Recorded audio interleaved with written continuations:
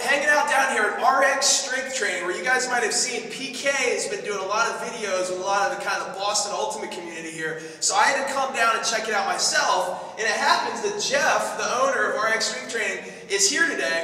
Jeff is a kettlebell, how would you describe it, a kettlebell? We specialize in kettlebells and other heavy object movement.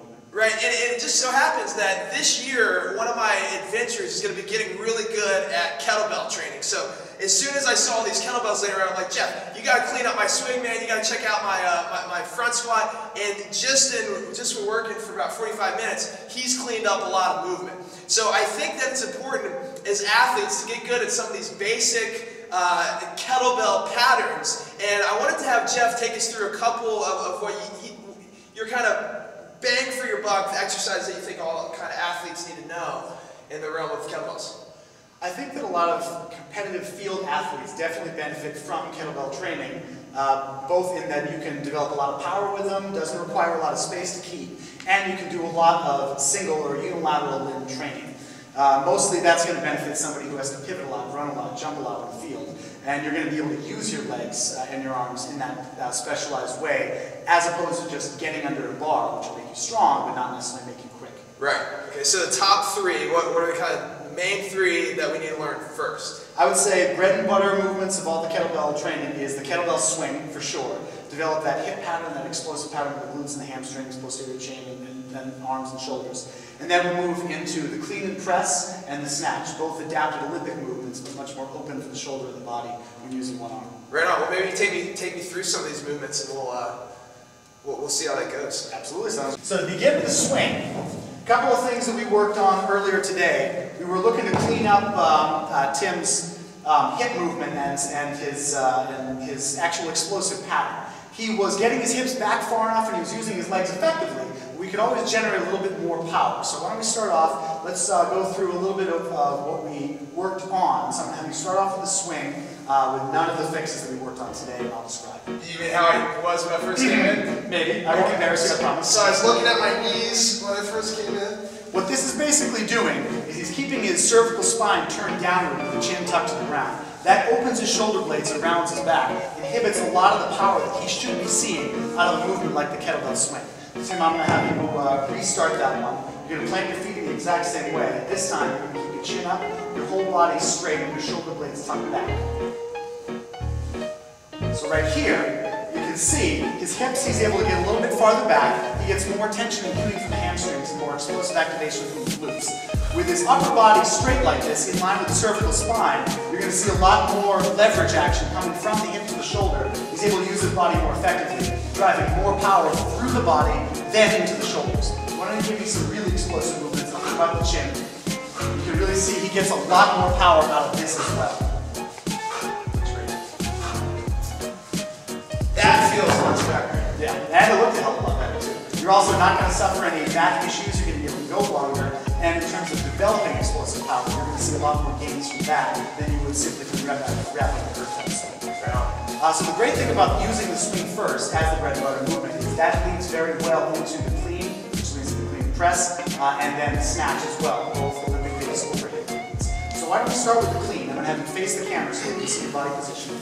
The clean is basically going to be a standard movement with one arm. He's going to be performing swing as well behind the hips, which we'll show you later. And then he's going to be cleaning that up to the shoulder. There are a lot of technique issues that go into the clean, and I recommend going to a trainer who is certified and specialized in kettlebells before attempting this movement on your own. But you'll be able to see the basic generation of this. So let's go with this organization. So when you see he's getting out of this, hip activation, shoulder activation, and core activation. When you bring the bell up to your shoulder like this, you actually get a nice stopping position that you're then going to be able to use effectively with your entire body like a piston to drive that up over your head. So let's give it a shot of press. What you can see Tim is doing very effectively here is as he drives, he's using his hips and his legs to help drive that bell overhead. This isn't an arm movement alone. That would be good if you're working on just upper body power alone. We don't really want to develop full body explosiveness. Much more important for any field athlete than just pressing power. That's what push-ups are. So when you're using your shoulder like that, you do get that upper body movement, the trap tightening, the use of the upper and mid back, and then the stabilization of the core. But using your whole body like that, you see ab recruitment in the press, you see leg recruitment in the press, and that will benefit you when you're sprinting and you're jumping in your side step. Absolutely. So why don't we see what that looks like from the side? So we're going to see the exact same kind of hip pattern that you would out of a swing. Notice that his hips come back. So he's really got a nice swing through. A closed angle in the hips and an open angle in the knees means that he can use his entire posterior chain, hamstrings and glutes, and then extend the core into a nice upright postural position. From there, when he goes into the press, as he presses that overhead, that'll be directly over heel, hip, and shoulder, so that his entire body acts as the support column for that weight, meaning that he can get the entire lift, extend and use all the muscles without having to compromise a smaller muscle that should be handling all that load. We're now going to work on the snatch. So we're going to go into one of the candy apple belts here. We're going to use the 14 kilo, so that you can really see an effective swing, effective swing upwards. Put your right arm to the lower. So the snatch is actually even more based on the swing. You're really going to want a lot of hip drive from a deep swing position, always keeping your heels flat on the floor, using that same core activation and glute power to help drive the bell forward. Now this time, instead of swinging the bell all the way out like you're seeing when he was doing his double swing, he's going to be driving that bell up and overhead, relatively leading with the elbow, so all of that power is directed through just the short upper arm, unfurling the arm to an overhead position of catch, which cues the abs a lot and really requires a lot of core front and back stabilization to complete and stabilize the lift. So let's go with Snatch! Snatch it up! See a lot of power in this one. Excellent. So he's got a nice smooth swing to the top. It's almost like throwing a switch with a hand. What's most important about this one is at catch position, you want your hand to be directly over your elbow, shoulder, hip, knee, heel, all the way down, so you have that one continuous line that acts as the pillar. Let's see a few more of those, and we're going to return inside. So this one, power central. Even if it's going to be a lighter bell than your swing, you want to be able to drive the hips hard enough that they're really the motivating force. They're really pushing the bell upward. It's not an arm movement itself. We're going to see that in the side swing. So my arms should really be getting fatigued. I should just swing my hips. Yep, the arms are doing some work, but the heavier bell you can use, the more core power you're going to be able to develop, the more you're going to be able to use in the field. So if you can really get those hips moving, you can move bells much bigger than you might imagine, while still getting plenty of work for the arms.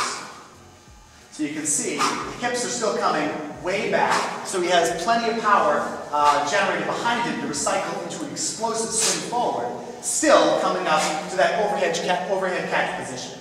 Really, really effective for anybody who's going to have to be in an asymmetrical or unilateral position on the field. That would include sprinting, diving, pivoting to the side, which I know is extremely important for ultimate athletes. So that gives me some good homework to work on, and you guys too. Let's start seeing videos of swing, clean and press, and snatch. Both arms. I need to spend a little time after this video, make sure I do my left, so I even things out. But we'll see you guys soon. We look forward to a lot of videos here at RA Strength Training down here in Somerville. Signing off.